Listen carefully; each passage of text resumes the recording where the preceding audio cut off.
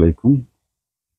আমি যে ৪,৫০০ বস্তা লাগিয়েছিলাম আমার হলো পেঁপে এবং এই যে সজনা বাগানের মাঝখান দিয়ে যে ৪,৫০০ বস্তা লাগানো আছে এই বস্তায় আমি হলো যে আদার কন্দগুলো দিয়েছিলাম প্রতিটা বস্তায় ২টা করে, তার একটা আপডেট আপনাদের সঙ্গে শেয়ার করতেছি।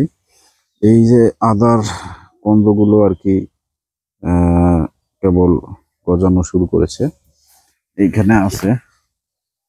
আরো হলো এইদিকে দেখতে হবে কিছু কিছু বস্তায় এই যে একটা, এইটা হলো কেবল বের হওয়া শুরু হয়েছে আর কি আস্তে আস্তে, তবে বের হচ্ছে প্রায়।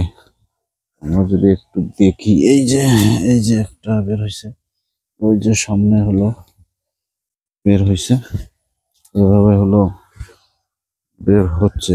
এই যে কন্দ বের হয়ে গেছে, এই যে কন্দ থেকে চারাগুলো বের হচ্ছে কেবল, সবগুলো হয়নি এখনো, তবে ইনশাল্লাহ হবে সবগুলোই।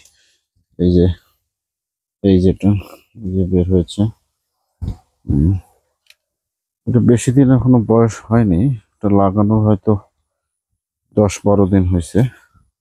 তারপরেও হলো কিছু কিছু গন্ধ বের হচ্ছে। এই যে এটাতেও বের হয়েছে, এই যে বের হচ্ছে আর কি।